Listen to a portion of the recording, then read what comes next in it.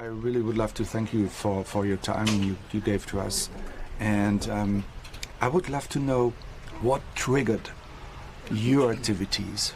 What happened that you went to say, I need to do this?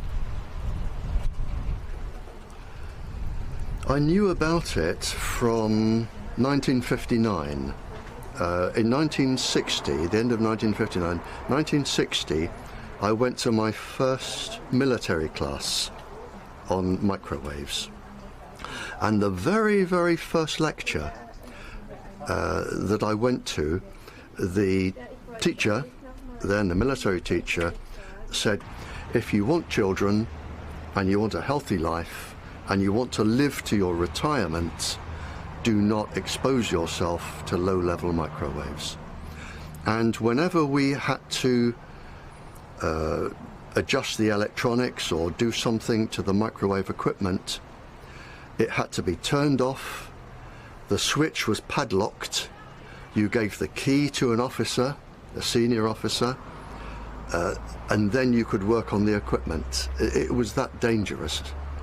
So in the 1960s, 1970s, when microwaves were being used as weapons by the Americans and the Russians, basically to kill each other. That didn't surprise me. That did not surprise me because I thought, well, it's an indetectable weapon. And when you die, you can blame God and you can blame the environment, but you can't blame the person sending it. And you can send them from one country to another or across the road, but you don't even know you're being exposed. And I thought, well, that's not a nice weapon, because they were carrying out experiments on women, which I quoted, where they could make breast cancer, miscarriages, men would have leukemia, children would have leukemia. They were all experiments from one country to another on prisoners, people, tramps that they find on the streets and whatever.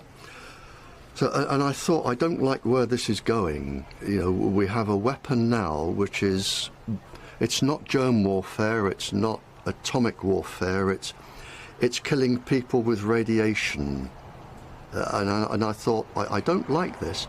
And then in 1972, the military and the police were given the same microwave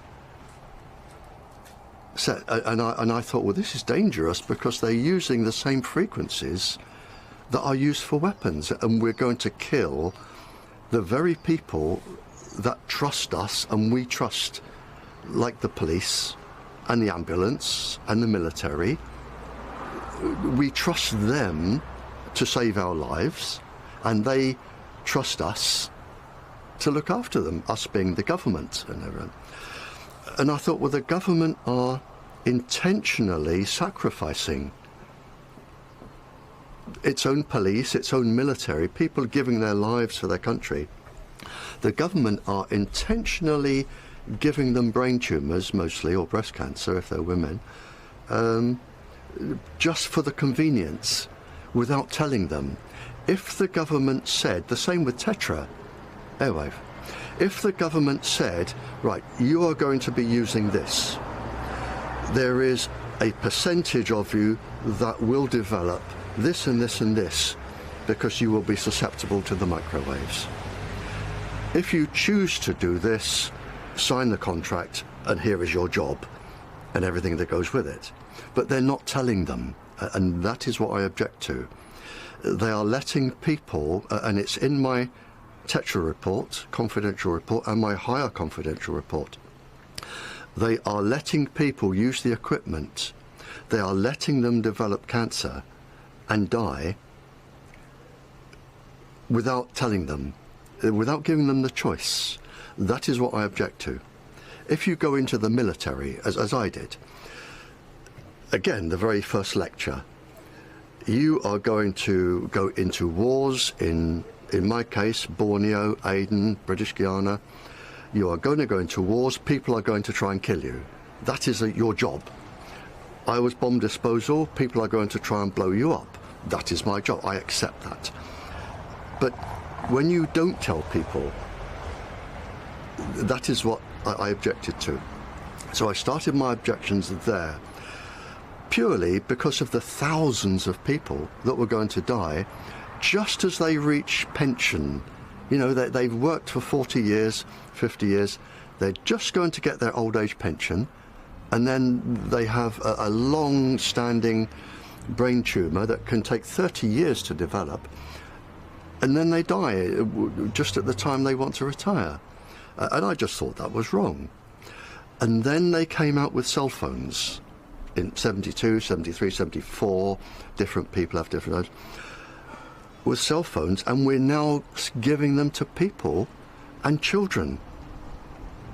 And of course, children are 60% more susceptible than adults to the harm of this.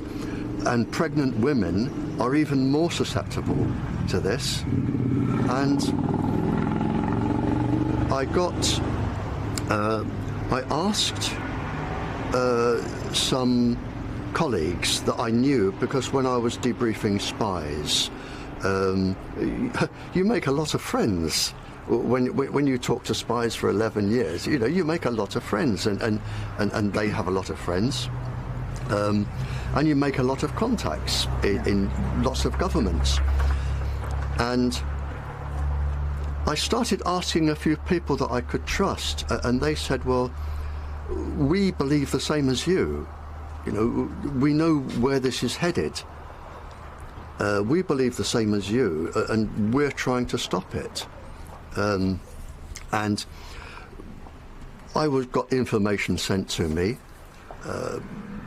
saying, but the one that really did it, to answer your question, I'm sorry it's been so long, the one that really did it were 2 or 3 papers, one from the American government, saying that we must set a safety limit that nobody can argue against and we can win in court. That one. And that we must basically, if anybody asks, say this follows the safety guidelines of what we lay down. And I knew that was designed to kill people, because the following sentence says, and you have the document now, the following sentence says to protect industrial output, money. Yeah. So we are killing people to protect industry. That is what it comes down to. It's hard to believe that this is it's only about money. And then you had the World Health Organization conference in Poland, Warsaw, 350 pages. 350 pages. That was followed with 2 big documents of 2,000 studies, basically on each, all saying that these microwaves are going to kill the children, kill the trees, kill the animals, kill the people, but not everybody. But it's going to kill quite a lot. And then just these really four documents. And I thought, well, I'm going to do something about this. And I've been doing something about it now for 40 years.